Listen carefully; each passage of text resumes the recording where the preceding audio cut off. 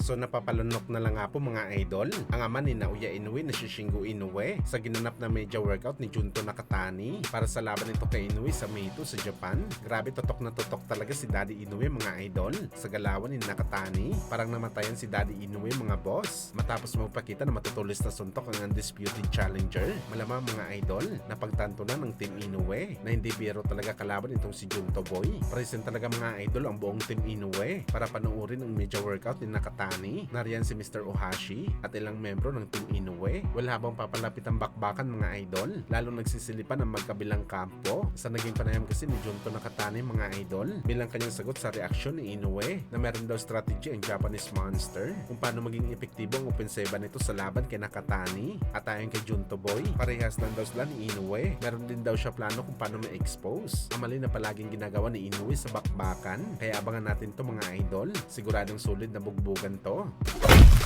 Samantala, legendary boxer na si Shane Mosley matapos sinabi na posible daw matalo ang ating pambansang kamao Manny Pacquiao sa rematch nito kay Mayweather Jr. dahil meron daw injury si Pacman sa balikat na hanggang sa ngayon daw hindi pa naresolba. Well, sa naging latest interview naman ni Mosley mga boss, pinag-iingat ito si Mayweather Jr. sa kaliwang kamao ni Manny Pacquiao. Hindi daw kasi normal makatama ang kaliwa ni Pacman. Sa ngayon daw kasi mga idol, kahit matagal na nangyari ang laban ni Mosley kay Pacman, pero tandang-tanda pa rin daw ni Mosley ang feeling kung paano matamaan ng suntok ni Boss Manny. Normal lang naman daw makatama ang kamao ni Pacman. Hindi daw ito gaano kalakas kagaya sa typical na power puncher. Pero magugulat ka na lang daw mga boss na sobrang weird daw ang epekto nito. Hindi mo daw malalaman mga idol, hilong talilong ka na pala sa bakbakan. At para kay Mosley mga idol, ito daw ang nakakatakot. Mas mabuti pa daw tumanggap ka ng suntok galing sa tunay na power puncher kaysa sa matamaan ka ng suntok ni Pacman na merong kamandag daw mga idol. Bigla ka na lang daw nahihilo sa bakbakan na hindi mo alam.